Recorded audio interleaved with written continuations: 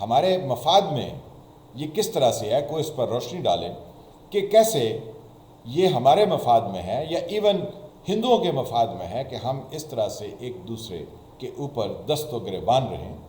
Western اور American اور دوسری قومیں، ایون فار دیٹ میٹر ہمارا ہمالیہ سے اونچا اور سمندروں سے گہرا اور شہد سے میٹھا دوست جو ہے، بھلے اس کو بھی آپ شامل کر لیں، تو یہ سب کے سب ہمیں دیکھتے کہ ہم ایک ایسی ریاست بن سکتے تھے، اور اس میں یہ جو ہندو، مسلم اور دوسری کمیونٹیز ہیں، یہ ایک دوسرے کے ساتھ ایک لڑی میں پروئی جاتی.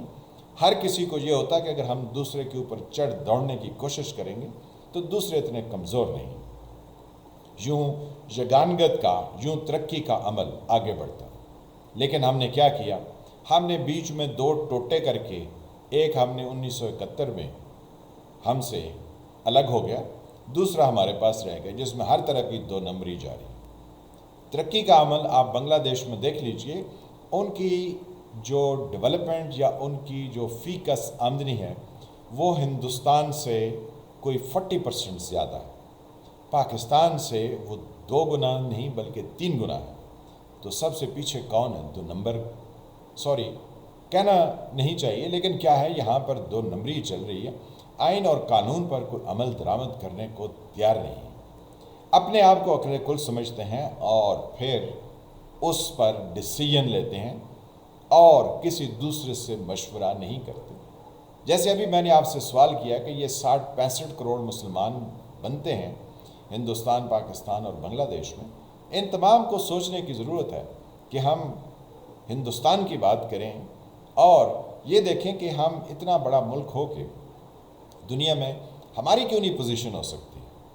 ہم خیر سے پاکستان بھی اور انڈیا بھی ہم ایٹمی ریاستیں ہیں، تو آف کورس ہمیں یہ سوچنے کی ضرورت ہے کہ اب ہندو ذرا ہم سے شرم کھائے، ہم سے ڈرے، ہم سے پیچھے ہو کے لک چھپ کے رہے، کیونکہ اب ہمیں یہ کہنے کی ضرورت نہیں کہ یہ جو تقسیم کی لائن ہے، جو بارڈر ہے، اس کو ہی ہمیں مان لینا چاہیے. اگر وہ کسی فورم پر کہتے ہیں تو انہیں کہیں آئیے بسم اللہ کیجئے، ہم آپ کے ساتھ ملنے کو تیار ہیں. بس ذرا یہ یاد رکھیے کہ ہم آپ کے نمبر میں آپ سے کوئی 2-4 کروڑ زیادہ ہی ہوں. تو آپ سے یہی سوال، یہی چیز ڈسکس کرنی تھی کہ ہمیں ڈرپوک کیوں بنایا گیا.